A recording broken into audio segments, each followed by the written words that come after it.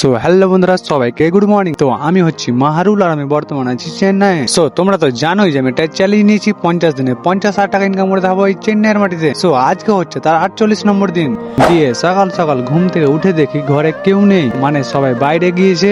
আর আজকে আমাদের কাজ হবে না, কারণটা তো তোমরা সবাই জানো যে আজকে ইলেকশন, মানে আজকে ভোট। তো আমাদের যেমন ওয়েস্ট বেঙ্গল আজকে ভোট, তেমনি কিন্তু এই চেন্নাইয়ের মাটিতেও আজকে ভোট। সো তার জন্য কিন্তু আজকে কাজ বন্ধ। তো কাজ যেহেতু হবে না, তো আর কি করার, দিয়ে ভালো করে ব্রাশটা করে মুখটা ধুয়ে বসে পড়লাম কিছু নাস্তা করার জন্য।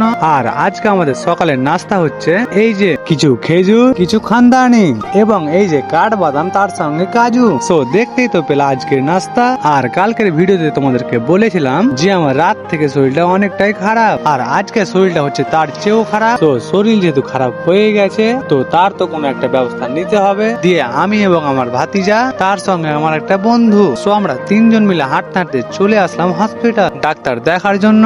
আর হসপিটালের পরিবেশটা যে এত সুন্দর হতে পারে আমি কল্পনাই করতে পারতাম না যদি আমি এই চেন্নাই কেরালা না আসতাম। তো আমি এরকম কথাবার্তা কেন বলছি? সো তোমরা তো আমাদের দিকে সরকারি হসপিটাল দেখেছো যে কতটা পরিমাণে নোংরা হয়ে থাকে এবং মানুষের ভিড় থাকে। সো এখানে কিন্তু কোনোটাই নেই। আর হসপিটালের ভেতরে এত সুন্দর সুন্দর গাছ লাগানো ছিল যে কিছু বলারই নেই। দিয়ে আমার ডাক্তার দেখা হয়ে গেলে আমরা চলে আসি বাইরের দিকে ঔষধ নেওয়ার জন্য।